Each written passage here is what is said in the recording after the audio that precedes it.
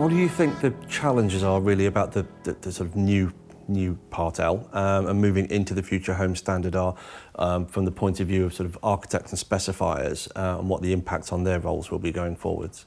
I think the biggest change is that you have to consider the whole house in its entirety in the design. We're looking at a level of performance now which requires the integration of services with each other and the interaction with the performance of the overall property.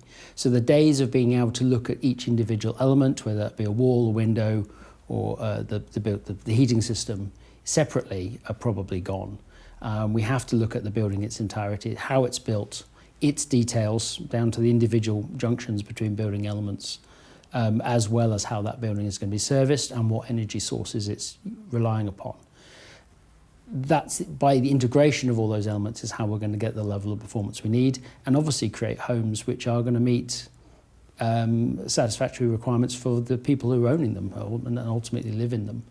But that's the biggest change, is that we have to look at things holistically. And so whether you're a designer, that means you've probably got to look into more detail and cover more elements than you have before.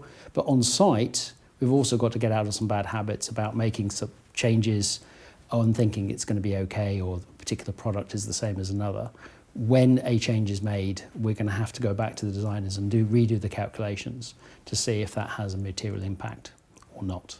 Yeah, certainly from our point of view, I know that we used to get 10 years ago a phone call and somebody would go, how much insulation do I need to meet regs?